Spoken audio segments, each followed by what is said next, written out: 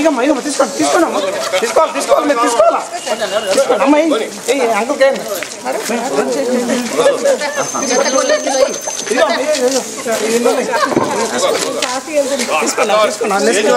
Stage వరకు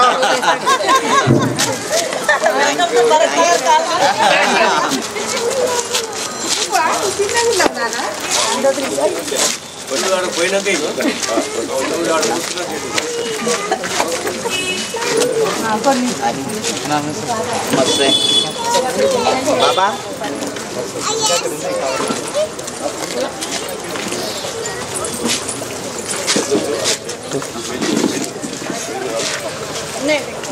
కృతజ్ఞతలు తెలుపుకుంటున్నా.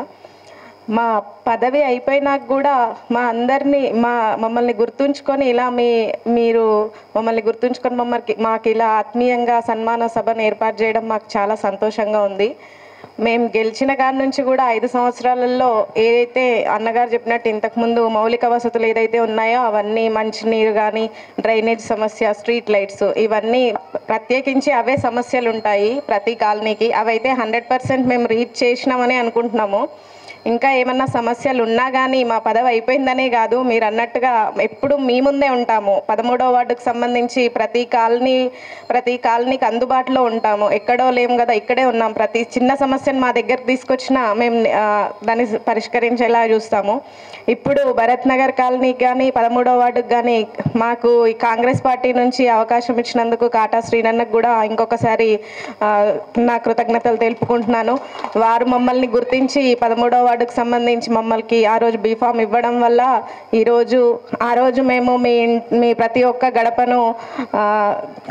గడపకు తిరగడం జరిగింది. అలాగే మీ అందరి అభిమానం కూడా, మీ అందరు సహకరించినందుకు మేము గెలవడం జరిగింది.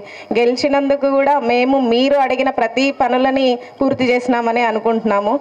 థ్యాంక్ యూ అన్న. సమ్మేళన భరత్ నగర్ కాలనీలో చేసినందుకు చాలా ఆనందం ఉంది. ప్రతి ఇంటి వాళ్లకు, ప్రతి ఒక్కరికి ఈ సన్మానం పదవి అయిపోయాక పెట్టిరంటే నాకు ఎంతో ఆనందం ఉంది. పదవి ఉన్నప్పుడే కొందరు చేస్తారు, పదవి అయిపోయాక ఇంత పెద్ద ఆత్మీయ సమ్మేళనం చేసినందుకు భరత్ నగర్ కాలనీ ప్రతి ఒక్క ఇంటి నుంచి నాకు ధన్యవాదాలు తెలుపుతున్నా.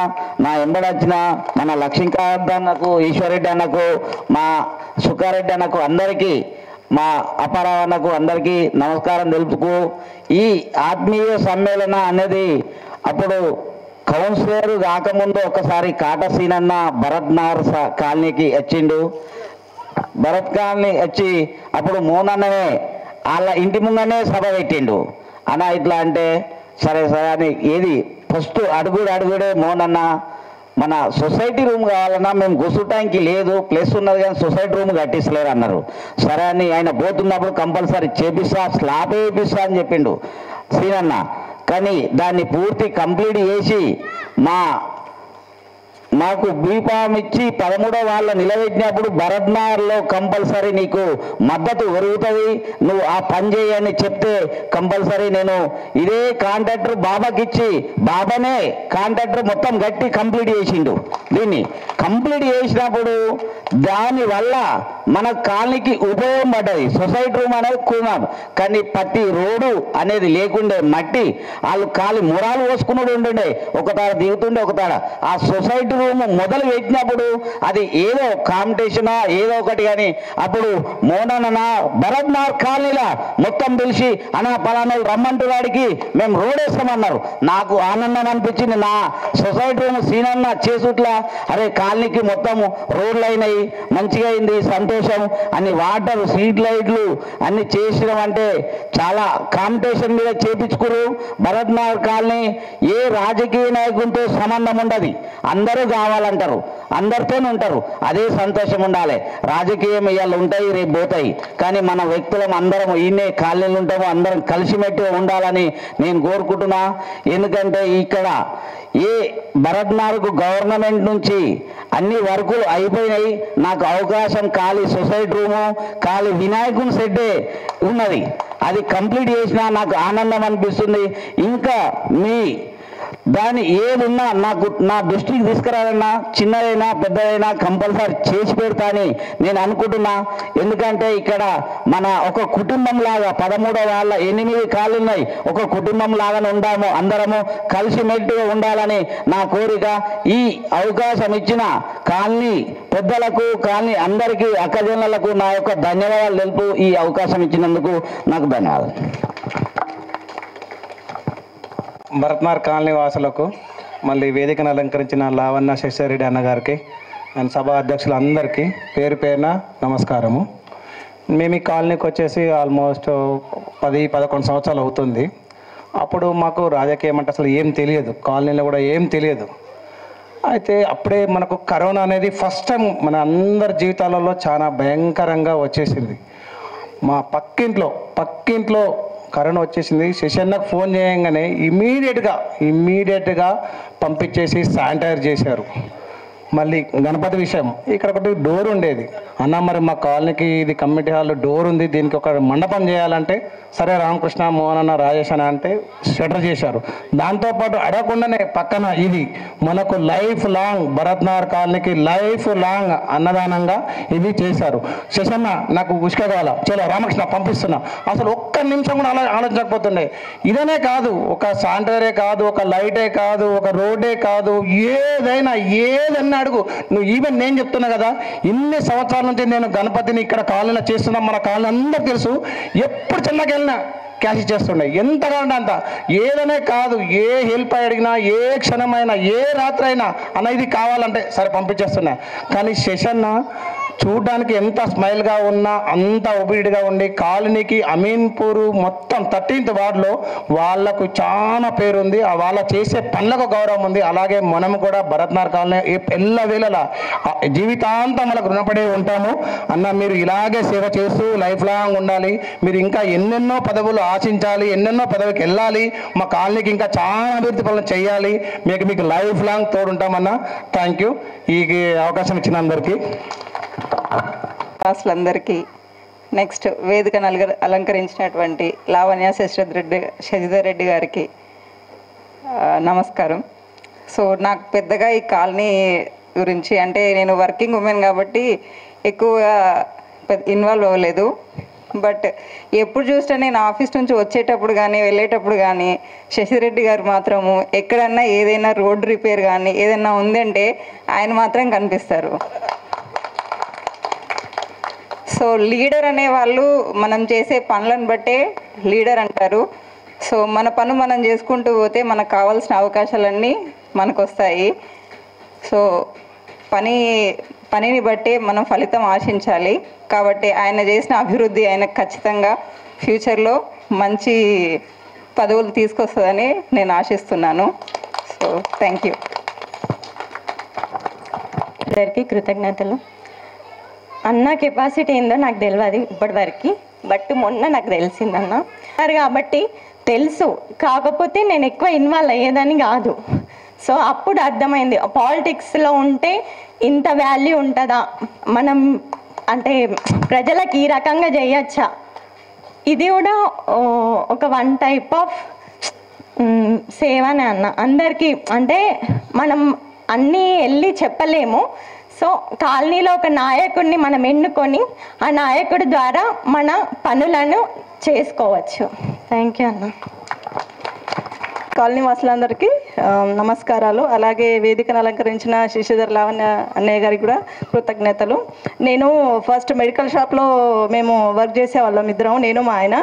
అప్పుడు ఆ రోజు వాళ్ళు నాకు తెలియదు అసలు యాక్చువల్గా వాళ్ళిద్దరు ఎలక్షన్ కౌన్సిలరు. అన్నయ్య చెప్పినట్టు ఇంతకుముందు ఎవరున్నారో కూడా తెలియదు.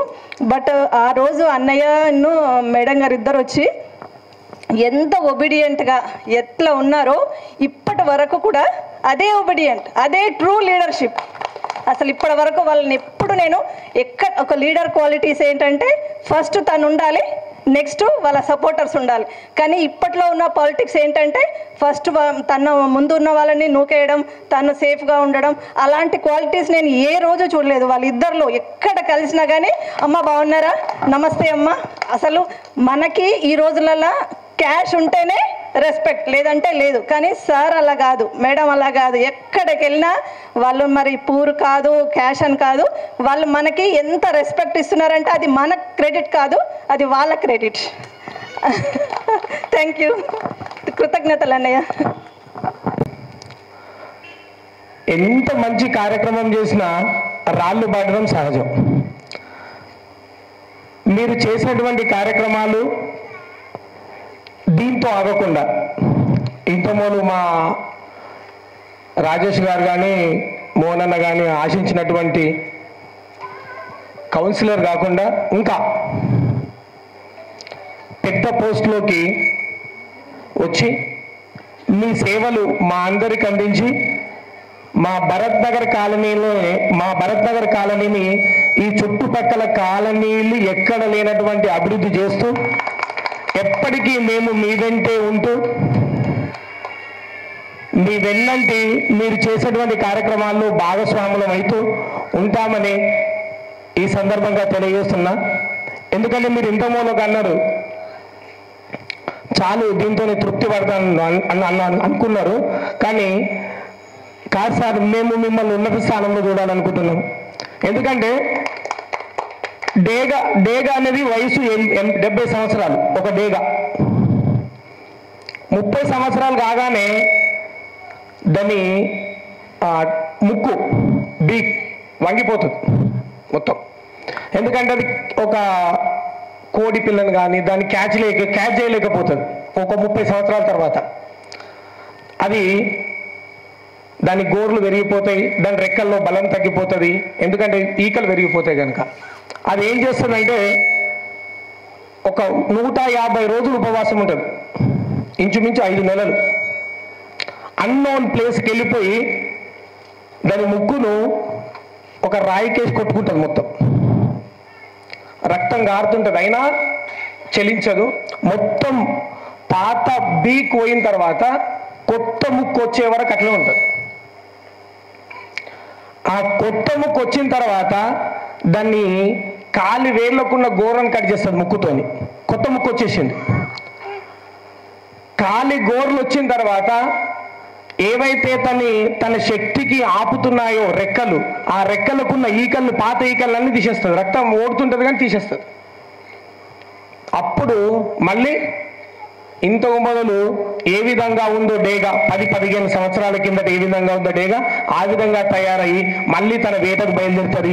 మీరు కూడా అదే విధంగా ఈ పదవిని వదిలి కొత్త పదవిలోకి పోయి అదే విధంగా వేటకు బయలుదేరి మా భరత్ నగర్ని ఉన్నత స్థానంలో నిలుపుతారని ఆశిస్తూ ఈ అవకాశం ఇచ్చిన అందరికీ కృతజ్ఞతలు తెలియజేస్తున్నాను. Thank you. కాటా శ్రీనివాస్ గౌడ్ గారి అభిమానులు అంటే అప్పుడు మాకు శశిధరన్న వాళ్ళు తెలియదు. మేము కాలనీకి వచ్చిన కొత్తలో వాళ్ళు కూడా వాళ్ళ అభిమానులు అనగానే మేము వీళ్ళకి అభిమానులు అయిపోయినాము. ఇప్పుడు మన కాలనీ అందరి బంధువులు అయిపోయారు. శశిధర్ రెడ్డి గారు, లావణ్య గారు ఎప్పుడు ఏ వర్క్ కావాలన్నా ఏది కావాలన్నా కానీ వెంటనే, అసలు మా ఇంటి ముందు లైట్లే లేకుండే, ఈ కాలనీలో అసలు ఎక్కడ కూడా లైట్లే లేకుండే, మొత్తం చీకటే ఉంటుండేది. ఎప్పుడు ఫోన్ చేసినా వెంటనే పంపించేవాళ్ళు. ఇంకేం చెప్పాలో నాకు అర్థం కావట్లేదు. నెక్స్ట్ ఇంకా ఇంతకన్నా పెద్ద పదవి రావాలని కోరుకుంటున్నా. లేవు అనట్లేదు, దయచేసి మీరు అర్థం. అంటే ఒక కాలనీకి మౌలిక వసతులన్నీ మనకు ఉన్నాయి. నేను ఎందుకంటే ఇప్పుడు కూడా గంటాపదాలు చెప్తున్నా, మీకెవరన్నా ఇప్పుడు స్ట్రీట్ లైట్ ప్రాబ్లం కానీ, వాటర్ ప్రాబ్లం కానీ, డ్రైనేజ్ ప్రాబ్లం కానీ ఉంటే మాకు తెలియజేయండి. ఖచ్చితంగా అన్నతో మేము చేపిస్తాం. ఎందుకంటే నంబర్ 1 కాలనీగా మనము 2014లో నంబర్ 1 రిజిస్ట్రేషన్ చేయడం జరిగింది. అప్పటికి కూడా అన్ని కాలనీలో కూడా ప్రాబ్లమ్స్ లేని కాలనీ ఏది ఇప్పుడు కూడా చెప్పచ్చు. చాలా కాలనీలో మాకు రోడ్స్ లేవండి, మాకు డ్రైనేజ్ ప్రాబ్లం ఉంది అని ఆరెంజ్ బరస్ వేయడం. ఆరెంజ్ బరస్ అయితే నేనేమో చెన్నై షాపింగ్ చేయాలి, నేను కారు దిగినాము, నేను ముందాటి పోతున్నా, ఈరోజు కనబడతలేవు అని నేను ఎటు పోయింది అంటే ఈ లావణ్య గారితో మాట్లాడుతుంది. అని ఎక్కడ వేరే అంటే లేదంటున్నా లవణ్య నేను గుర్తుపట్టిందన్నా అని నన్ను గుర్తుపట్టు ఆంటీ మాట్లాడుతుందని నేను ఎందుకంటే ఉన్నగా ఆమె కూడా సింగిల్ అంటే మన కాలేజీకి రావడం వేరు ఎక్కడ రావడం వేరు వాళ్ళిద్దరు మాట్లాడుతున్నారు నేను ఇంకా చూస్తున్నా కనబడతలేదు ఎక్కడంటే లావణ్య ఆంటీ మాట్లాడింది అంటే ఒక విషయం ఏంటంటే మనకు ఈమెతో మాట్లాడిన అవసరం లేకపోవచ్చు కానీ ఒక అభిమానం ఈమె మనోళ్ళు అది మనకు ఉన్నది ఓకే ఈయన గురించి చెప్పాలంటే ఇంకా చాలా ఉంది మీరు ఎవరన్నా ప్లీజ్ ఇంక ఆరెంజ్ బరస్ వేయడం